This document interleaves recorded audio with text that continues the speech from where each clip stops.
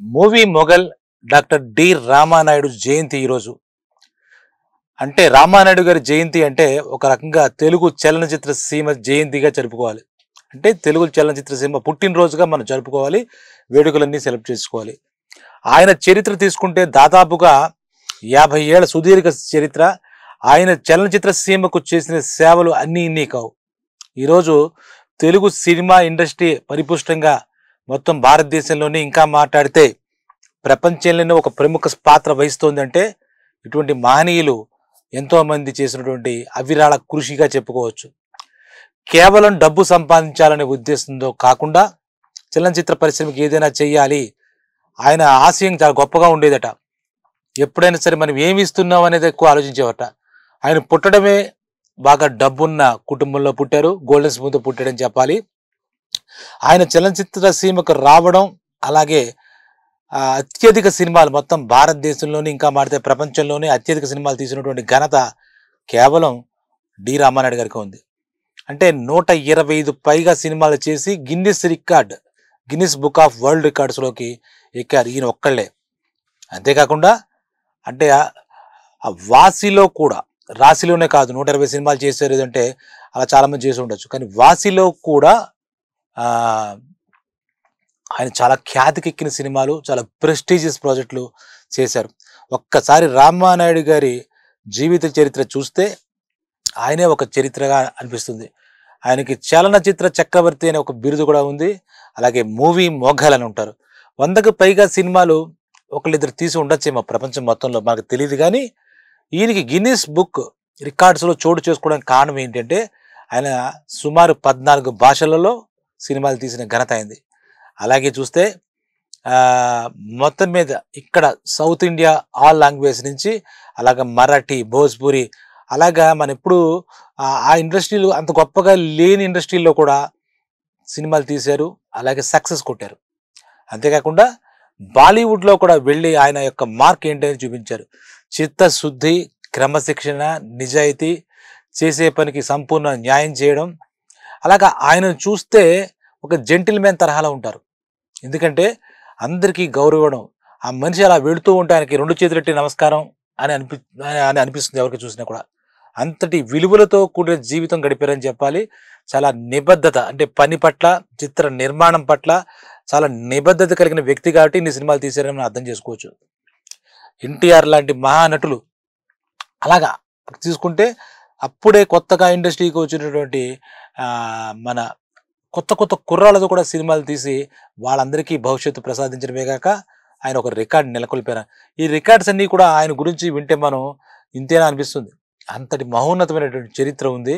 రామానాయుడు గారు మన చలనచిత్ర సీమలో అందరికీ దొరికిన ఒక అదృష్టం, ఒక ఆణిముత్యం. అచ్చంగా చెప్పాలి అంటే అసలు ఇండస్ట్రీ ఇంత సౌభాగ్యంగా ఈరోజు ఇలా ఉంది అంటే ఎంతోమంది మహానుభావులు ఉన్నారు. కాబట్టి ఆయన చిత్రస్మరణీయులు డాక్టర్ డి రామానాయుడు. చిత్రసీమ, అలాగే చిత్రసీమతో అనుబంధమైనటువంటి ప్రేక్షకులు అందరూ కూడా నిత్యం స్మరించుకోదగ్గ కొంతమంది ఉంటారు. అటువంటి వారిలో రామానాయుడు గారు అగ్రగణ్యుని చెప్పాలి.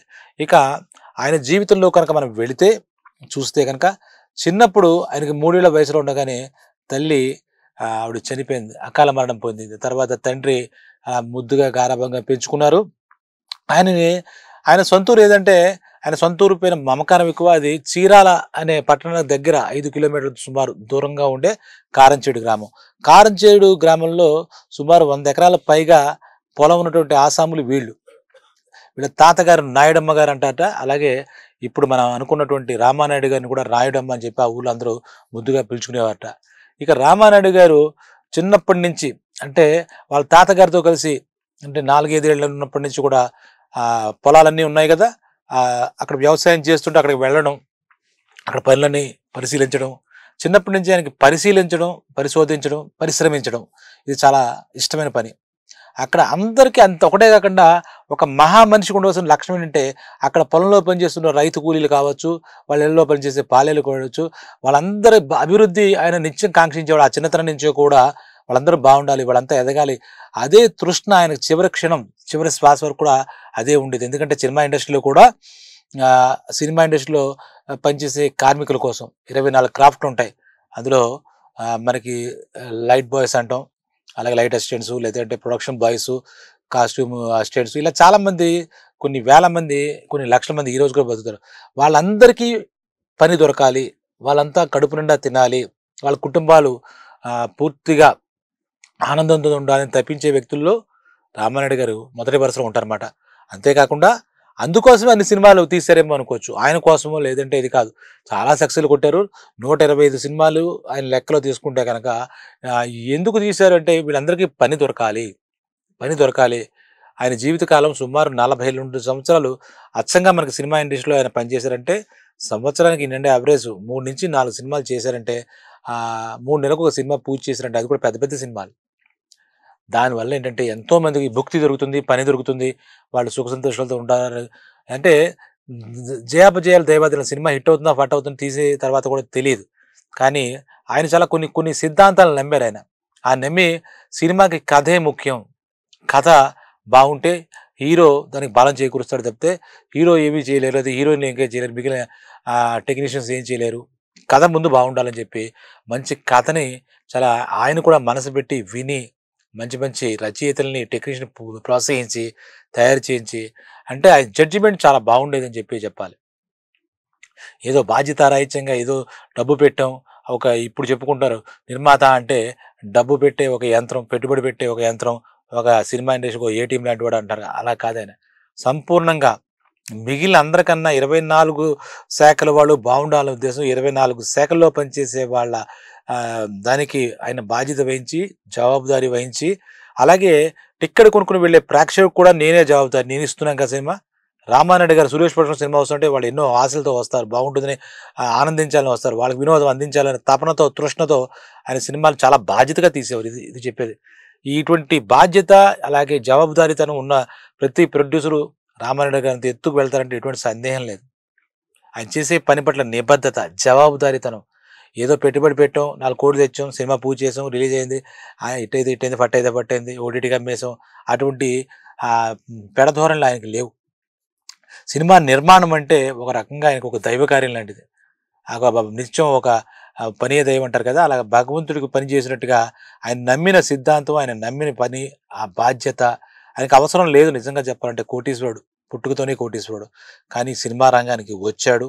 సినిమా రంగాన్ని అన్ని రకాల సినిమాలు చేసి తెలుగు సినిమా ఇండస్ట్రీ సుసంపన్నం చేశాడంటే మనకి ఈరోజు ఆయన తలుచుకోవడం ఎంతైనా ముదాహం అనమాట. ఇక విషయంలోకి వెళితే ఆయన 74 సినిమాలు సుమారుగా తెలుగు సినిమాలు తీశారు. మొట్టమొదటి బ్లాక్ అండ్ వైట్ సినిమాల నుంచి ఆయన చనిపోయే వరకు కూడా ఆయన సినిమా నిర్మాణం తప్పితే ఇంకో పని ముట్టుకోలేదు. అది కాకుండా సినిమా నిర్మాతగా ఆయనకి సాధక బాధకాలు తెలుసు కాబట్టి, ఎవరైనా సినిమా నిర్మాతలు షూటింగ్ చేసుకోవాలంటే ఖచ్చితంగా మనకి ఆయనకి అన్ని వసతులు ఉండాలని చెప్పేసి రామానాయుడు స్టూడియోస్ అదొకటి ఏర్పాటు చేశాడు ఆయన. ఎందుకంటే అప్పుడులో మద్రాసులో ఉండేది తెలుగు చలనచిత్ర పరిశ్రమ కూడా మద్రాసులో ఉండేది. తమిళ్, తెలుగు అని కూడా మద్రాసు, అంటే ఇప్పుడు చెన్నైలో అప్పుడు ఉండేది. తర్వాత ఇక్కడికి రమ్మని చెప్పి ఆహ్వానించినప్పుడు అప్పుడు కాంగ్రెస్ ముఖ్యమంత్రి జలగం వెంగళరావు గారు ఉంటే పెద్ద వాళ్ళంతా కలిస్తే వాళ్ళ ఉద్దేశం ఏంటంటే తెలుగు చలనచిత్ర పరిశ్రమని హైదరాబాద్కి, తెలుగు రాష్ట్రం అయినటువంటి హైదరాబాద్ తీసుకురావాలన్న తలంపుతో అప్పుడు వాళ్ళు కృషి చేసినప్పుడు దాంట్లో ముందుకు వచ్చిన వాళ్ళల్లో ఈయన కూడా ఒకళ్ళు, రామానాయుడు గారు ఒకళ్ళు. ఎందుకంటే అప్పటికే చాలా పెద్ద నిర్మాత, స్టార్ ప్రొడ్యూసర్ కాబట్టి ఆయన ఇదంతా ఈ బంజారీల్స్, జూబ్లీస్లో అక్కడ అన్ని రాళ్ళు రప్పలే. అప్పుడు ఈ అభివృద్ధి లేదు, ఇంత విలువ లేదు. ఆయన చలనచిత్ర పరిశ్రమలో ప్రముఖులందరికీ కూడా కాంగ్రెస్ ప్రభుత్వం తరఫున కొన్ని ఎకరాలు కేటాయించినప్పుడు పరిశ్రమ డెవలప్ చేయండి అని చెప్పేసి ఈయన ఒక్కసారిగా చూస్తే అదంతా పెద్ద పెద్ద గుట్టలు, కొండలు, అసలు దాంట్లో మానవ మాత్రం నడిచి వెళ్ళడానికి లేదట. ఈయనే కాదు, అప్పుడు నాగేశ్వరరావు గారు తీసుకున్నటువంటి అన్నపూర్ణ స్టూడియోస్ కావచ్చు, ఇవన్నీ ఏంటంటే ఈ జూబ్లీస్, బంజారాస్ అప్పుడు అన్ని గుట్టలే. వాటిని తీసుకున్నా కూడా ఎంతో శ్రమ, ఎంతో వ్యయప్రయాసాలకు వచ్చి కూడా అద్భుతంగా రామానాయుడు స్టూడియోస్ నిర్మించి ఆ తరువాత చలనచిత్ర సినిమా ఇక్కడ స్థిరపడడానికి, తెలుగు రాష్ట్రం స్థిరపడడానికి దోహదపడిన వ్యక్తుల్లో ముఖ్యంగా చెప్పుకునే వాళ్ళలో మన డాక్టర్ డి రామానాయుడు గారు అని చెప్పాలి. ఆయన మొట్టమొదటి చూసినంటే ఒక్కసారిగా బెత్తరపోయాట. ఏంటి రాళ్ళలో మనం ఇప్పుడు స్టూడియో చేయాలి, అక్కడ ఎక్కడికి వెళ్ళాలి, ఏం కట్టాలి అని చెప్పేసి. కానీ ఈ నగరానికి, ఈ హైదరాబాద్ సిటీకి, అలాగే తెలుగు ఫిలిం ఇండస్ట్రీకి తలమానికంగా నిలిచింది రామానాయుడు స్టూడియోస్. తర్వాత కాలంలో అంటే మనం సంపాదించిన సొమ్ము, సినిమా ఇండస్ట్రీలో సంపాదించిన సొమ్ము సినిమా ఇండస్ట్రీలో ఖర్చు పెట్టాలి. మనం ఎక్కడైతే సంపాదించామో దాని అభివృద్ధికే వినియోగించాలి అనే తలంపు. మొత్తం అంతా ఏదో సొంత స్వార్థంగా మూటలు కట్టేసుకోవాలి, వారసులకు ఇచ్చేయాలి కాకుండా తను ఈ సినిమా ఇండస్ట్రీలో ఇంత అభివృద్ధి సాధించారు. కాబట్టి ఇక్కడ సాధించినటువంటి ఏదైతే ఆ ప్రగతి ఉందో అది చలనచిత్ర అభ్యుదయానికి ఉపయోగపడాలి, అభివృద్ధిగా ఉపయోగపడాలని చెప్పి దానికి ఆయన చివరి శ్వాస వరకు ఆయన కమిట్ అయినటువంటి కమిట్మెంట్ చివరి శ్వాస దాకా తీసుకున్నారు. ఎందరో సినిమాల్లో పనిచేసే వాళ్ళందరికీ ఆయన ఆరాధ్య దైవంగా కూడా మారంటే ఆశ్చర్యం లేదు. ఎన్నో గుప్తదానాలు చేశారు. అంటే వ్యక్తిత్వం గురించి మాట్లాడుకోవాలి ముందుగా. వ్యక్తిత్వ దానం చేస్తే ఎన్నో దానాలు చేశారు. కానీ ఆయన ఎప్పుడు కూడా నేను తీసే సినిమాకి పబ్లిసిటీ కావాలి కానీ నాకెందుకు పబ్లిసిటీ అనే ఆ ఐడియాలజీతో ఉండేవారు. అంటే చారిటబుల్ ట్రస్ట్ పెట్టారు. సినిమా ఇండస్ట్రీలో పనిచేసే కార్మికుల కోసం ఒక చారిటబుల్ ట్రస్ట్ చేసి తద్వారా రకరకాల వాళ్ళ యొక్క కుటుంబాల అభివృద్ధి చేసుకోవడానికి హాస్పిటల్స్ పెట్టారు. అలాగే వృద్ధాశ్రమాలకు ఆయన ఎన్నో విరాళాలు ఇచ్చారు. చెప్పుకోమంటే అంత ఇంతే కాదు, ఆయనకి ఆ దాన గుణం చిన్నప్పటి నుంచి ఉందని చెప్పి చిన్న ఒక కథనం ద్వారా తెలుస్తుంది. వినోబా భావే అనే ఒక భూదాన ఉద్యమశీలి ఉంటే కనుక ఆయన దాదాపుగా మన మహాత్మా గాంధీ గారికి సమకాలికుడు. మహాత్మా గాంధీ గారు కూడా వినోబా భావేని ఆచరించారంటే కొన్ని విషయాలు మనకు చరిత్ర చెప్తుంది అనమాట. ఆ వినోబా భావే ఒక్కసారి భూదాన ఉద్యమం చేసినప్పుడు, భూదాన ఉద్యమం అంటే పెద్ద పెద్ద రైతుల దగ్గరికి వెళ్ళి మీ దగ్గర ఉన్న దాంట్లో మీరు ఎంతో కొంత భూమిని దానం చేయండి, అది అసలు ఏమీ లేని పేదవాళ్ళకి పేద రైతులకి నేను పంచిపెడతాను, నాకు భూదానం పడతాను, నాకు భూదానం ఇవ్వండి అని చెప్పి దేశం మొత్తం మీద ఒక భూదాన ఉద్యమాన్ని ఒక రేకెత్తించడమాట వినోబా భావే. ఆ వినోబా భావే చిన్నప్పుడు అప్పుడు రామానాయుడు గారికి 9 ఏళ్ళు ఉండొచ్చు. 9 ఏళ్ళు ఉంటే ఈ కారంజేయుడు ఆయన వచ్చినప్పుడు ఆయనకు 100 ఎకరాల పైనే ఉండొచ్చు. ఈయన ఒకడే కొడుకు, తల్లి చిన్నతనంలో 3 ఏళ్ళ పోయింది, చనిపోయింది పాపం ఆవిడ. తల్లి లేని పిల్లవాడని చెప్పి చాలా గారాభంగా చుట్టాలంతా కలిసి పెంచారు. అప్పుడు ఆయన వచ్చినప్పుడు ఒక సంఘటన చెప్పుకుంటూ ఉంటారనమాట. ఆ భూదాన ఉద్యమం గురించి ఒక రచ్చబండ దగ్గర కారంజేడులో జరుగుతున్నప్పుడు ఆ ఊర్లో బాగా ఉన్న రైతులు ఆయన మాటలు విని స్ఫూర్తి చెంది వాళ్ళకి తోచినట్టుగా 1 ఎకరం 2 ఎకరాలు అలాగా 1/2 ఎకరం అలా దానం చేస్తున్నారు. వెంటనే వినోబా భావే అంటే ఆ లేని వాళ్ళకి వెంటనే అక్కడి నుంచి అక్కడే ఆ పత్రాలు ఇచ్చేసేవాడు. ఆయన పెట్టుకునేవాడు కాదు, అంతటి మహాత్ముడు మాట. అయితే ఆ చిన్నతనంలోనే ఆయనకు ఒక విషయం స్ఫురించింది, నేను కూడా ఇస్తే నాకు భూమి ఉంది కదా అని చెప్పేసి ఒక 2.5 ఎకరాలు ఆ భూదాన ఉద్యమ పితామహుడైనటువంటి వినోబా భావేకి ప్రకటించేశాడు. చూస్తే వయసు అంతా 9 ఏళ్ళు. 9 ఏళ్ళు కుర్రాడేసరికి అక్కడ చుట్టాలు పక్కాలు అంతా ఉంటారు కదా, ఒరే ఈయన నాయుడమ్మ అని పిలిచేవారు. వాళ్ళ తాతగారి పేరు నాయుడమ్మ. అంటే ఈ నాయుడమ్మ ఏం చేస్తుందో తెలుస్తుందా, ఎందుకురా వయసుకు మించిన పనులు, 2.5 ఎకరా ఆయనకి ఇచ్చేసావు ఏమిటి, మీ నాన్న తెలిస్తే అన్న టైప్లో ఏవో మాటలు వచ్చి ఉంటాయి. అప్పుడు ఆయన చాలా నేను ఇచ్చాను, నా మాట వెనక్కి ఏం తీసుకోను, నా మాట వెనక్కి తీసుకోను, మా అమ్మ చనిపోయింది కదా, మా అమ్మ దగ్గర 2.5 ఎకరా భూమి ఉంది, అది నాకే కదా, మా అమ్మ పేరు గుర్తుపడిపోయేలా శాశ్వతంగా మా అమ్మ పేరు మీద నేను ఇచ్చేస్తున్నాను 2.5 ఎకరాలు, నాన్నకు సంబంధం ఏం లేదు ఈ విషయంలో అన్నట్టు ఆయన. అక్కడ వచ్చినటువంటి వినోబా భావే అక్కడ ఉన్న మిగిలిన పెద్దలంతా ముక్కులు వెలుగుతున్నారు.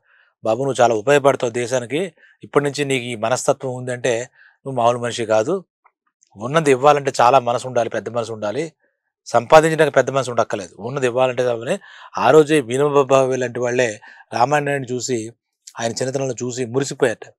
తర్వాత పెద్ద అయిన తర్వాత కూడా ఆయన భూదాన ఉద్యమం గురించి మాట్లాడితే భూమి ఏదైనా దానం చేస్తే ఏంటంటే అలా చేసేట కానీ ఎవరిని అడిగితే ఒక మాట చెప్పేవారట, ఏదైనా దానం చేసామనుకోండి, మామూలుగా చెప్తున్నాను, ఆ డబ్బు ఇస్తే డబ్బు ఖర్చు పెట్టేసుకుంటారు, ఇంకో బంగారం వేస్తే తాకట్టేసుకుంటారు అవసరాలకి. ఈ భూమి ఇచ్చామనుకోండి దాంట్లో పంటలు పండించుకుంటూ దాని మీద వచ్చే గ్రాసంతో వాళ్ళు బతుకుతారు, అందుకే భూమి దానం ఇవ్వాలంటాను నేను. అందుకే ఆ రోజు వినోబా భావే గారు చెప్పినటువంటి భూదాన ఉద్యమం మాట నాకు నచ్చిందని కూడా ఆ భూదాన ఉద్యమం గురించి చెప్పేవారట. మన దగ్గర ఉంటే భూమి ఇస్తే డబ్బు ఉంటే డబ్బు ఏం పెరగపోదు, బంగారం మీద ఇచ్చావు సపోజ్ బంగారం ఇంకా ఏ సంపాదించినా ఏ వస్తువు ఇచ్చినా కూడా అదేం పెరిగిపోవడానికి అవకాశం లేదు. కానీ భూమి ఇచ్చే ఆ కుటుంబం అంతా కూడా 1 ఎకరం ఇచ్చినా 1/2 ఎకరం ఇచ్చినా దానంగా వాళ్ళు దాని మీద కష్టపడి వ్యవసాయం చేసుకుంటూ బతుకుతారు. అట్ ద సేమ్ టైం వాళ్ళకి జీవితాంతం కూడా వాళ్ళు హాయిగా ఉండొచ్చు, ఇంకా మళ్ళీ ఇబ్బంది పడక్కర్లే. ఆ ఉద్దేశం ఉందని చెప్పి చెప్పేవారట. ఆయన సిద్ధాంతాలు చాలా గొప్పగా ఉండేవి. ఆయన ఫెయిల్యూర్స్ ఇంకోటి మీద పెట్టేయాలి నెట్టేయాలి అలాంటి ఆలోచనలు ఎప్పుడూ ఉండేవి కాదు. ఆయన మాట్లాడే విధానంలో కూడా ఎంతో వినయం, పెద్దవాళ్ళ పట్ల చిన్నవాళ్ళ పట్ల ఆయన చూపించే ప్రేమ, కరుణ, మర్యాద, మనుషులను బట్టి వాడు సంపాదించే స్థాయిలు బట్టి కాకుండా అందరూ నా వాళ్ళే, నాతో ఉన్నారు, నా కోసం పనిచేస్తున్నారు అని చెప్పేసి ఆయన చాలా అంటే చెప్తున్నాం కదా. సినిమాల గురించి రికార్డు తీసుకోవాలంటే చాలా ఉన్నాయి. మొట్టమొదటి సినిమా అంటే ఆయన నిర్మాణంలో సురేష్ ప్రొడక్షన్స్ అని బ్యానర్ పెట్టిన తర్వాత, సురేష్ ప్రొడక్షన్ బ్యానర్ పెట్టే ముందు చాలా రీసెర్చ్ చేశారు ఆయన. అక్కడ కారంచేడులో వ్యవసాయం చేసుకున్న వ్యవసాయం, బిజినెస్ చాలా ఉండేవి. అవన్నీ వదిలేసేసి ఇటు వచ్చారు. అంటే ఈ రంగం వైపు ఆయన ఆలోచన మళ్ళిన తర్వాత రాముడు, భీముడు అని చెప్పి ఎన్టీ రామారావు గారితో స్వర్గీయ విశ్వవిఖ్యాత నందమూరి తారక రామారావు గారితో అంటే రామారావు గారు డ్యూయల్ రోల్, డబుల్ రోల్. ఆ కథ బాగా నచ్చి ఆ సినిమా తీశారు. అది మంచి సక్సెస్ అయింది. చాలా పెద్ద సక్సెస్ అయింది. సురేష్ ప్రొడక్షన్స్‌లో రామానాయుడు గారికి ఒక పేరొచ్చింది. ఆ తర్వాత వరుసపెట్టి ఒక 7, 8 సినిమాలు చేశారు. అందులో కూడా మాక్సిమం యావరేజ్‌గా వెళ్ళాయి. కానీ ఆర్థికంగా పెద్దగా నిలదొక్కునేంత డబ్బు రాలేదు. తర్వాత 'ప్రేమ్ నగర్' అనే ఒక సినిమా ఆ క్రమంలో చేస్తే కెఎస్ ప్రకాశ్‌రావు గారి డైరెక్షన్‌లో, అంటే రాఘవేంద్రరావు గారి తండ్రి గారి డైరెక్షన్‌లో ఒక మంచి ప్రేమ కథా చిత్రం. చాలా అన్ని రకాలుగా అన్ని హంగులతో ఉన్నటువంటి కథా చిత్రం ఏమైనా ఉందంటే 'ప్రేమ్ నగర్'. అది తీసిన తర్వాత ఇంకా లైఫ్ టైమ్‌లో ఆయన ఇంకెప్పుడు వెనక్కి చూసుకోలేదు, వెనక్కి ఆలోచించలేదు. ఇంకా ఆయన అక్కడి నుంచి వెళితే ఆయన ప్రయాణం పరుగులు తీసిందని చెప్పాలి. పరుగులే, ఇంక మామూలు కాదు. ఆ 'ప్రేమ్ నగర్' సినిమా తెలుగులోనే కాకుండా తమిళ్లో శివాజీ గణేషన్‌తో, హిందీలో రాజేష్ ఖన్నావాళ్ళ లాంటి పెద్దవాళ్ళతో ఈయన సినిమా తీశారు. ఆ రకంగా తమిళనాడు, అలాగే హిందీ అలా వెళ్ళారు.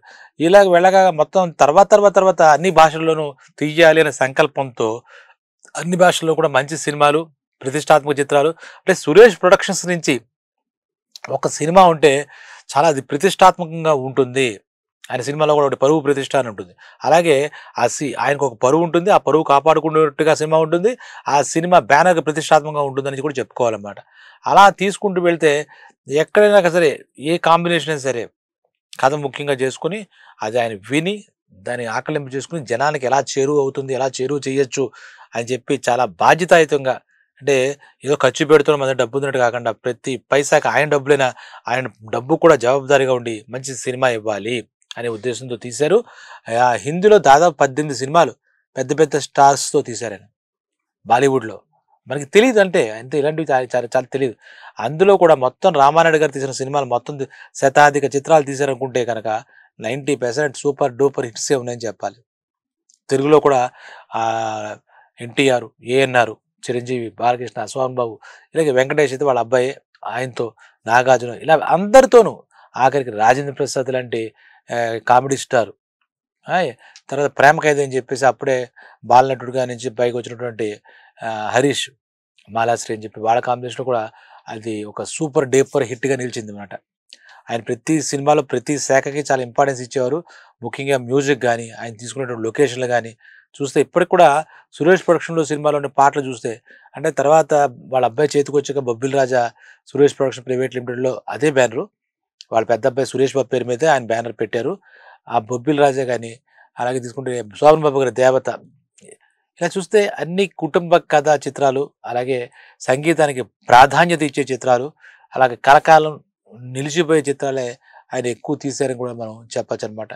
అంతేకాకుండా ఆయన గొప్పతనంలో, అంటే ఈ ఇప్పుడు మనం చెప్పుకుంటూ ఉంటే ఆయన సినిమాలు తీశారు కదండి, బ్యానర్ పెట్టారు కదండి, ఎవరికి ఏమొస్తుంది కాదు, ఆయన కాంట్రిబ్యూషన్ ఇండస్ట్రీకి చాలా ఉంది.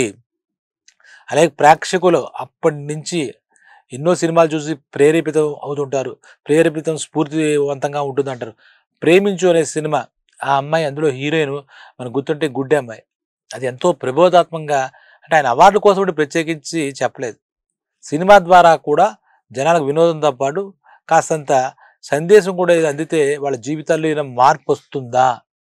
కమర్షియల్ సినిమాలే మొట్టమొదట ఆయన వచ్చే కొత్తలో అయితే సోషల్ డ్రామాలో, లేకపోతే పౌరాణికాలు ఇలాంటివి చేసిన తర్వాత కమర్షియల్ ఫార్మేట్లో సినిమా తీయాలంటే జనాలకు రీచ్ అవ్వాలి. కమర్షియల్ హంగులన్నీ కూడా ఉండాలనే ఉద్దేశంతో మ్యాక్సిమం కమర్షియల్ సినిమాలు చేసి చాలా అద్భుతంగా సినిమాలు జనాల్లోకి తీసుకెళ్ళిపోయిన ఘనత కూడా మనం చెప్పాలంటే రామానాయుడు గారిదని మనం చెప్పాలి.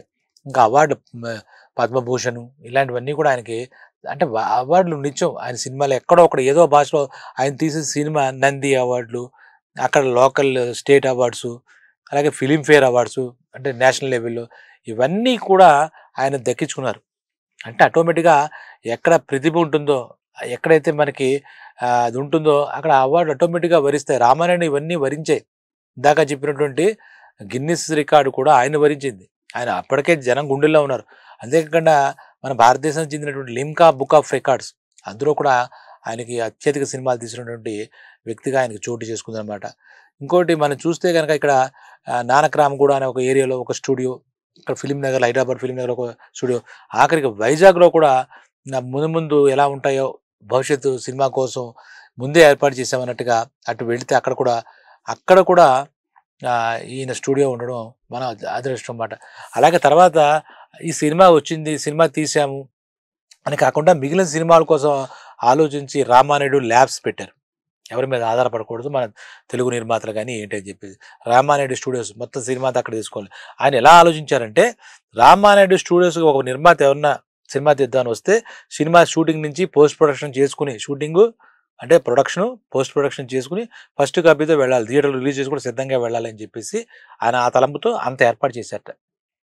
తర్వాత ఆహ్, ఆయన డిస్ట్రిబ్యూటర్స్ ఎవరికో అమ్మేయకుండా ఆ బిజినెస్ కూడా మనమే చేద్దాం. దాంట్లో ఏమున్నాయి సాధక బాధకాలు చెప్పి సురేష్ ఫిల్మ్ డిస్ట్రిబ్యూటర్స్ ఆ డిస్ట్రిబ్యూషన్స్ కూడా పెట్టి ఎన్నో సినిమాలు ఆయన చేసిన సినిమాలు గానీ, ఈ తర్వాత ఆయన నిర్మాణంలో రావచ్చు, వేరే సినిమాలైనా సరే ఆ నిర్మాతలకు ఇబ్బంది లేకుండా కొన్ని ఏరియాస్‌లో డిస్ట్రిబ్యూట్ చేసి పెట్టారు.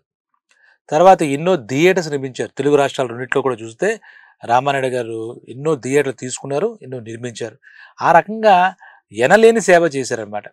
తర్వాత ఆయనకి మరి యాక్ట్ చేయలేదంటే యాక్ట్ చేయాలో ఉండేదేమో గానీ, ఆ యాక్షన్ చేస్తే సినిమాలో ఫుల్ టైమ్ అక్కడే కూర్చుంటే, కెమెరా ముందు కూర్చుంటే, కెమెరా వెనకాల తెర వెనకాల ఎవరు చూసుకుంటారు? నిర్మాత అనేవాడు చాలా బాధ్యత కలిగినటువంటి వ్యక్తి. 24 క్రాఫ్ట్‌ల మీద కూడా జరుగుతున్న విషయం మీద, ఆడు పెడుతున్న పెట్టుబడి మీద చాలా శ్రద్ధగా పనిచేయాలి. నిర్మాత బాధ్యత చాలా ఎక్కువ అని చెప్పేసి యాక్టింగ్ కూడా అవసరం లేదు. 1, 2 చోట్ల కనపడినా కూడా లేదు. తర్వాత 'హోప్' అనే సినిమా ఒకటి, 'డ్రీమ్' అనే ఒక సినిమా ఒకటి ఆయన చేసే ఆర్టిస్టిక్ ఫిల్మ్స్‌లా ఆయనలో ఉన్న నటుడిని సంతృప్తిపరచడం కాకుండా చాలా అద్భుతమైన నటుడు అనే విషయాన్ని కూడా మనందరికీ అర్థమవుతుంది చూస్తే.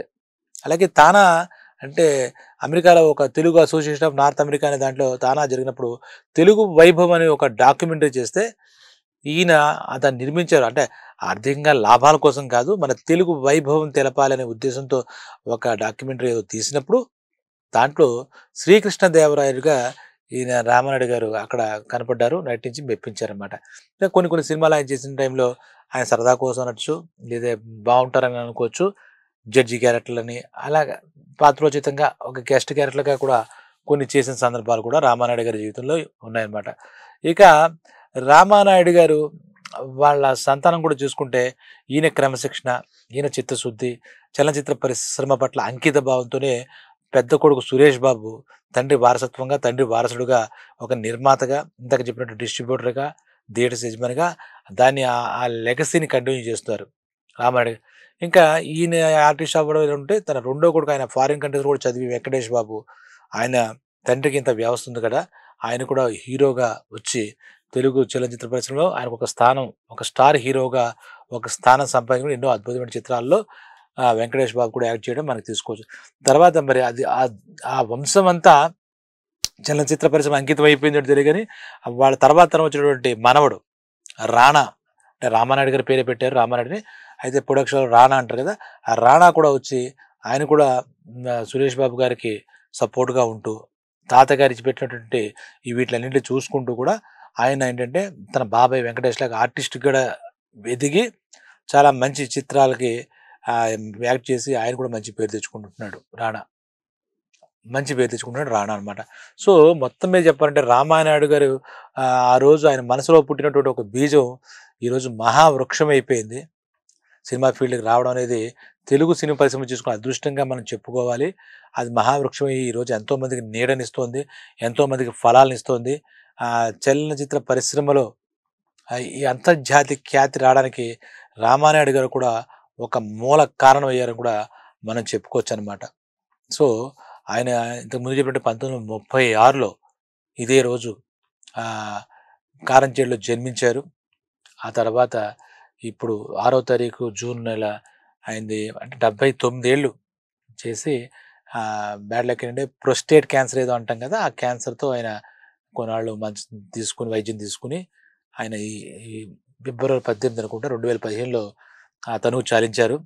ఆయన ఇందాక చెప్పుకున్నట్టుగా ఆయన ఫిజికల్‌గా లేకపోయినా ఆయన సాధించిన విజయాలు చలనచిత్ర సీమకు చేసినటువంటి మరవలేని సేవలు ఎప్పటికీ శాశ్వతంగా చిరస్థాయిలో ఉంటాయి. కాబట్టి చిత్రసీమ స్మరించుకోదగ్గ వ్యక్తులలో ప్రతి క్షణం, ప్రతిరోజు రామానాయుడు గారు ఒకరని చెప్పి మనం చాలా చెప్పొచ్చు.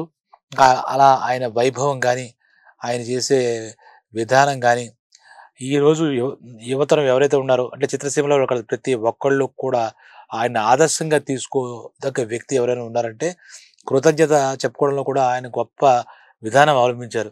ఆయన స్టూడియోలో చూస్తే గనక, ఆయన సినిమాలకు పనిచేసినటువంటి డైరెక్టర్లంతా మొట్టమొదటి నుంచి ఇన్ని సినిమాలకు పనిచేసిన డైరెక్టర్లందరి ఫోటోలు అలా పెట్టుకున్నారు. వాళ్ళంతా నాతో పాటు నా ప్రస్థానంలో భాగస్వాములు, నా విజయంలో భాగస్వాములు. అలాగే హీరోయిన్స్ ఎవరైతే చేశారో వాళ్ళందరి ఫోటోలు, హీరోస్ ఎవరు చేశారు ఇదంతా ఏంటంటే, ఇప్పుడు ఇవాళ మర్చిపోతుంటాం. ఇంకా మాట ఏంటిదే మన తాత, నానమ్మ ఫోటోలే మన ఇళ్లలో పెట్టుకోవట్లేదు. అలాంటి పరిస్థితుల్లో ఆయన కృతజ్ఞత ఇండస్ట్రీకి వీళ్ళందరూ కూడా నాతో కలిసి నడిచారు. నా విజయంలో భాగస్వాములయ్యారు. నా నడకలో, నా ప్రస్థానంలో అని వాళ్ళందరికీ ఇవన్నీ మనం ఆదర్శంగా తీసుకోవాల్సిన విషయాలు. ప్రతి ఒక్కడితో వాడు చిన్న, పెద్ద, బోయ లేతే డైరెక్టర్ అని కాకుండా అందరితో ఆప్యాయంగా పలకరిస్తూ, ఎక్కడ మాట తూలకుండా, మర్యాద మర్చిపోకుండా, చాలా ప్రేమాభిమానాలతో నడిచి అందరికీ ఇలాగ విలువలతో కూడిన వ్యక్తి జీవిత విధానం ఇలా ఉంటుంది. ఆయనకి ఎప్పుడైనా సక్సెస్ కొంచెమొస్తే తలకెక్కేస్తుంది, పొగరొచ్చేస్తుంది. అది ఎప్పుడైనా ఆయనకి కనపడలే. ఆయనకి ఎక్కడా కూడా ఆయన యాటిట్యూడ్ లేదు. నిజంగా శతాధిక చిత్రాల నిర్మాత, ఎన్నో ప్రతిభామూర్తి అయినప్పటికీ కూడా ఆయన ఒక రైతు బిడ్డ ఊర్లో పల్లెటూరులో కారంచేడు నుంచి వచ్చిన ఒక రైతు బిడ్డ ఎలా ఉంటాడు? అంత స్వచ్ఛంగా చివరి క్షణం దాకా అంటే సినిమా ఇండస్ట్రీ రంగుల ప్రపంచం రకరకాల మనుషులు, రకరకాల మనస్తత్వాలు ఉన్నా కూడా అక్కడ వాటిలన్నిటిని అధిగమించి ఆయన పరిశ్రమని అలాగ ఒక పరిశ్రమలో ఒక తల మానికంగా తయారయ్యాడు. ఆ చలనచిత్ర పరిశ్రమ అంటే మొట్టమొదటి గుర్తొచ్చే కొంతమంది ముఖ్యమైన నిర్మాతల్లో రామానాయుడు గారు నిస్సందేహంగా ఉంటారని చెప్పొచ్చు. ఆయనకి తెలుగు చలనచిత్ర సీమ ఇప్పటికి రుణపడి కూడా ఉంటుందని కూడా చెప్పొచ్చు. దర్శకులు ఎంతో ఆయన చూసి నేర్చుకున్నారు. నిర్మాతలు ఎందరో ఆయన చూసి ఆయన పద్ధతులు నేర్చుకున్నారు. ఎంత ఎత్తుకెళ్ళినా కూడా నాకు రామోజీరావు గారు అంటే ఇష్టం. ఆయనని చూసి ఎంతైనా నేర్చుకోవాలని చెప్పి ఆయన ఆ మాట కూడా చెప్పారంటే, ఎంత ఎత్తుకు ఎదిగినా అలా ఒదిగే తత్వం ఆయనదనమాట. కాబట్టి రామానాయుడు గారు మనందరికీ కూడా ఈరోజు కూడా తలుచుకుంటే ఆ సినిమా పేర్లు తలుచుకుంటే ఎన్నో అప్పటి నుంచి 1960 నుంచి దాదాపుగా 2005 ఒక 45 ఏళ్ళు 50 ఏళ్ళ పాటు ఆయన తీసిన సినిమాలు ప్రతి ఒక్కళ్ళు ఆ సినిమాల కోసం అలా ఎదురు చూస్తూ ఉండేవారట. నటీనటులు ఎప్పుడు రామానాయుడు గారి సినిమాలో మనకు ఛాన్స్ వస్తుంది వాళ్ళు ఎదురు చూసేవారు. అలాగే తెలుగు ప్రేక్షకులు ఒక అద్భుతమైనటువంటి మంచి చిత్రం సురేష్ ప్రొడక్షన్ ఎప్పుడు వస్తుందో ఎదురు చూసేవారు. ఆయన కూడా ఎక్కడ కూడా గ్యాప్ లేకుండా అలాగ అన్ని భాషల్లో సినిమాలు చేసుకుంటూ తెలుగు సినిమా ప్రేక్షకులనే కాదు భారతీయ సినిమాని కూడా ప్రభావితం చేశారు. అలాగే అభివృద్ధికి దోహదపడ్డారు. కాబట్టి అటువంటి రామానాయుడు గారికి ఒక్కసారి ఈరోజు జయంతి సందర్భంగా మనం అందరం కూడా ధన్యవాదాలు, శతకోటి ధన్యవాదాలు తెలుపుకుందాం. అలాంటి మహానుభావుల్ని ముందు తరాలకి పరిచయం చేయడమే ఈ కార్యక్రమం యొక్క ఉద్దేశం. సో ఆయన జయంతి సందర్భంగా చలనచిత్ర పరిశ్రమ అంతా కూడా చనిపోయి ఆయనంటే దేహత్యాగం చేసి 10 ఏళ్ళు అయిపోయింది, దశాబ్దం అయింది. ఎప్పటికి కూడా ఆయన వెళ్ళిపోయినా ఆయన స్టూడియోలు కానీ వాళ్ళ పిల్లలిద్దరూ నడుపుతున్నారు. అలాగే ఆయన తీసిన సినిమాలు, ఆణిముత్యాల సినిమాలు ఇప్పటికి కూడా మన యూట్యూబ్‌లో గట్రా చూస్తే చాలా ఆనందం కలుగుతుందన్నమాట. కుటుంబ కథా చిత్రాలు, విలువలతో కూడిన చిత్రాలు, ఎక్కడ అబ్స్సినిటీ లేదు. ఆ సినిమా అశ్లీలత లేదు. అంటే ప్రేక్షకుల బలహీనతలు క్యాష్ చేసుకోవాలన్న ఆలోచన ఆయనకెప్పుడూ లేదు. ప్రతి సినిమాని కూడా ఇప్పుడు తరచి చూస్తే అదొక అద్భుతంగానే ఉంటుంది. అది ఆరోగ్యవంతంగా ఉంటుంది. కాబట్టి మరోసారి రామానాయుడు గారికి శతాధిక చిత్రాల నిర్మించి చలనచిత్ర సీమలో శాశ్వతంగా మిగిలిపోయినటువంటి రామానాయుడు గారికి శతకోటి నమస్కారాలు తెలియజేస్తూ మీ పరమహంస.